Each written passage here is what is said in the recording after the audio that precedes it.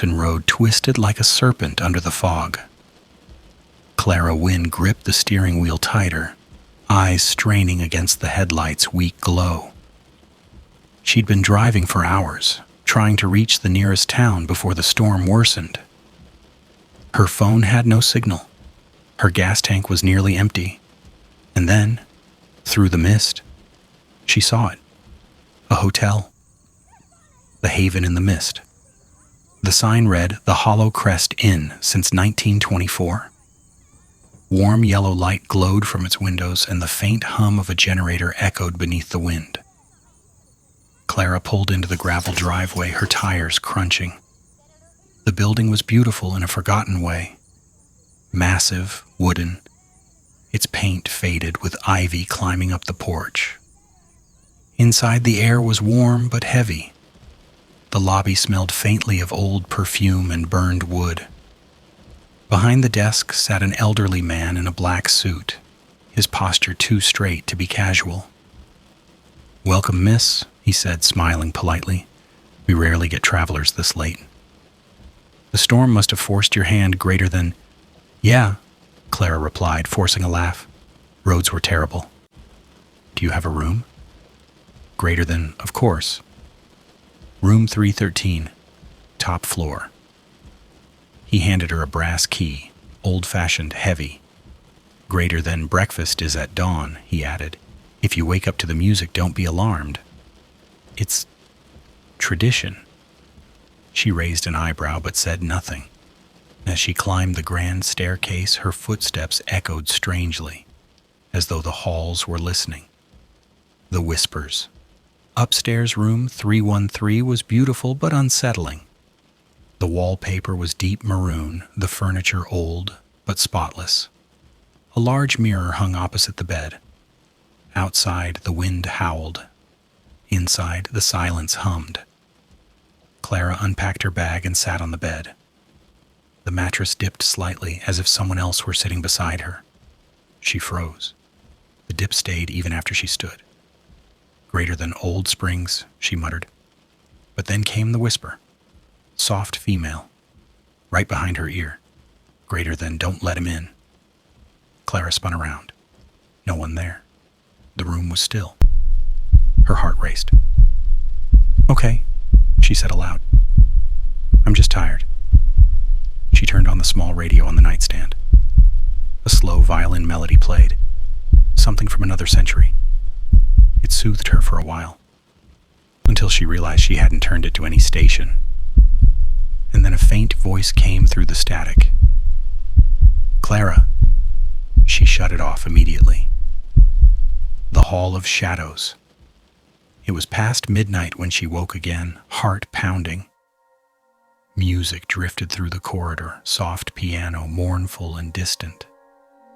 She slipped out of bed, grabbed her flashlight, and opened the door. The hallway stretched long and narrow, lit only by wall lamps flickering with weak yellow light. Down at the far end, a woman stood with her back turned, wearing a tattered evening gown. Clara hesitated. "Greater than hello? Are you—" The woman turned. Her eyes were missing. Blood streaked her cheeks like tears. Clara stumbled back and slammed her door shut, chest heaving. She pressed her ear to the door. The hallway was silent again.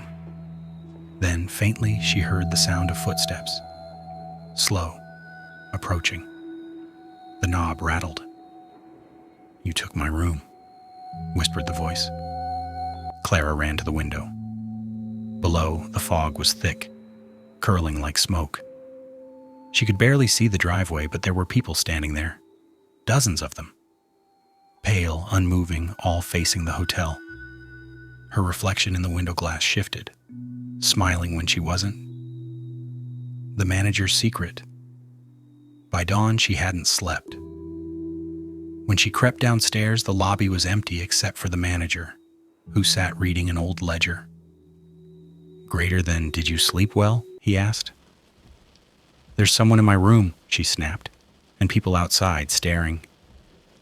He looked up slowly. His eyes were dark and hollow.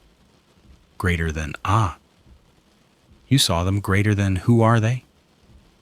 Former guests, he said. Most of them never checked out. She blinked. Excuse me?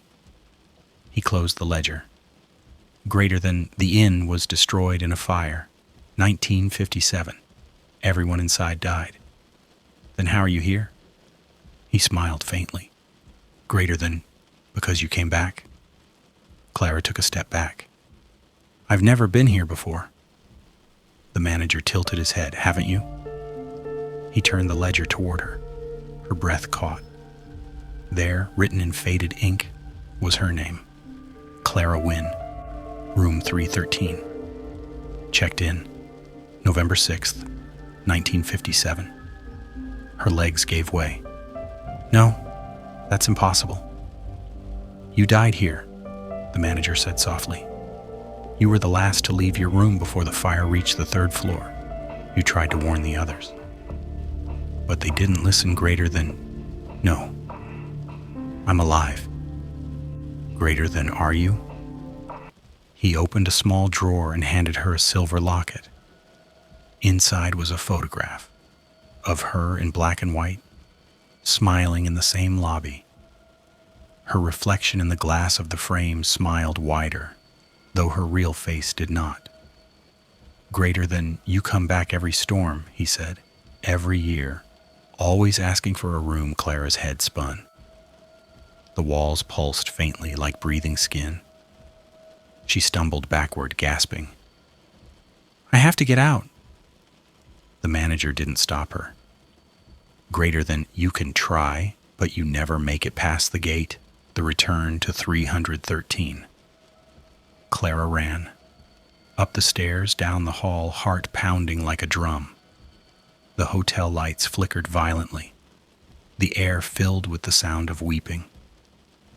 As she reached her door, smoke began seeping from under it, thick, black, choking.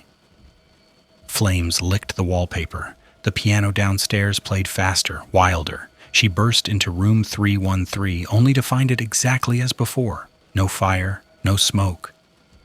The mirror gleamed. The bed was made. Then, slowly, her reflection began to burn. Her mirrored self screamed soundlessly as fire consumed her from within. Greater than wake up, it mouthed.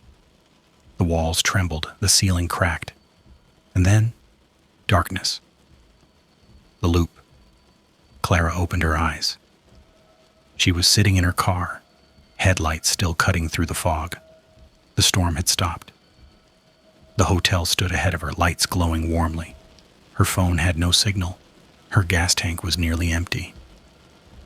She let out a shaky breath. Finally, somewhere to stay.